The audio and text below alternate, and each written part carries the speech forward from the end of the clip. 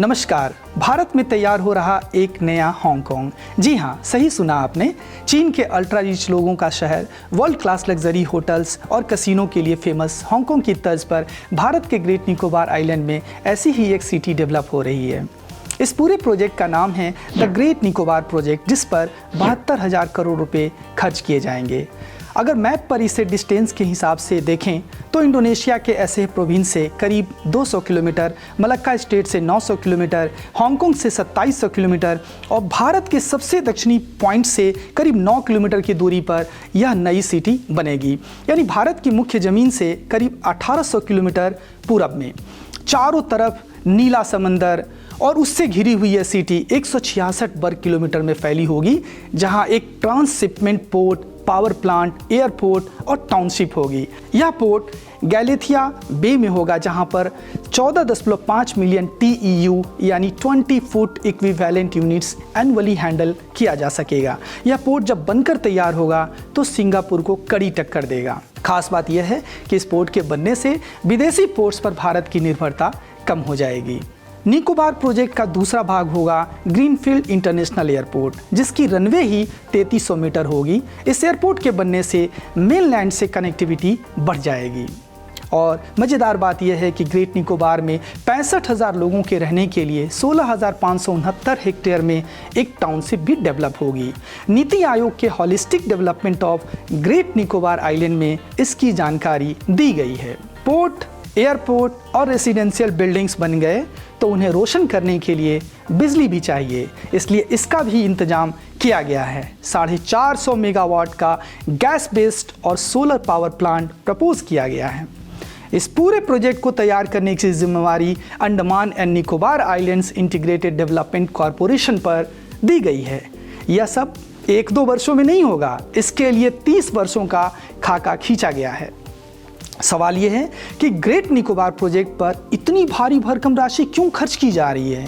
इसे कुछ पॉइंट्स में ऐसे समझते हैं। पहला, भारत पहले से सागरमाथा इनिशिएटिव चला रहा है, जिसका मकसद है तटीय इलाकों को इकोनॉमिक जोन में बदलना।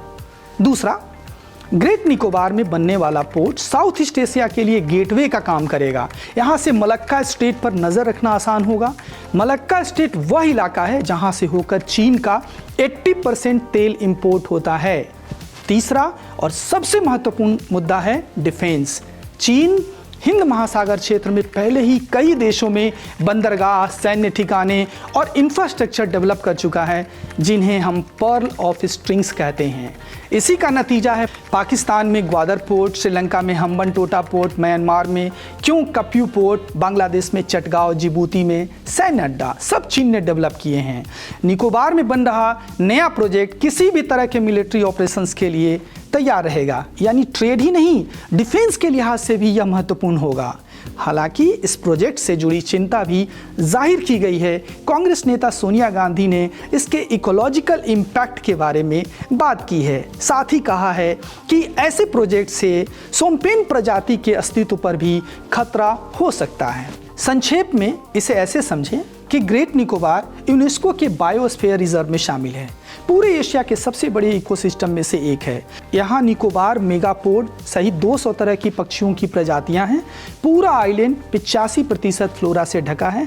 गैलेथिया बे एरिया जहाँ पोर्ट बनना है वो वेटलैंड का पार्ट है और यहाँ मैंग्रोव्स सुनामी जैसी आपदा से नेचुरल बैरियर का काम करते हैं। याद करिए 26 दिसंबर 2004 का वो दिन जब इसी ग्रेट निकोबार के इलाके में 9.3 रिक्टर स्केल का भूकंप आया था। यहीं से इतिहास की सबसे बड़ी सुनामी की शुरुआत हुई थी, जिसमें 12 देशों के कम से कम 2 लाख लोग मारे गए थे। विशेषज्ञों का कहना है कि इस प्रोजेक्ट से ग्रेट निकोबार के पूरे इकोसिस्टम को नुकसान पहुंचेगा। यह अर्थक्वेक जोन है। यहाँ पोर्ट के लिए गहरी खुदाई करने पर कोरल रीफ भी नष्ट हो जाएंगे। इसी गैलेथिया बे में दुनिया का सबसे बड़ा समुद्री कछुआ लेदरबैक भी पाया जाता है, उन पर भी खतरा हो सकता है। ऐसे ही और एक्सप्लेनर देखने के लिए हमारे आईनेस्ट लाइव चैनल को सब्सक्राइब करें। साथ ही कमेंट सेक्शन में बताएं कि आज का एक्सप्लेनर कैसा लगा। जय हिंद।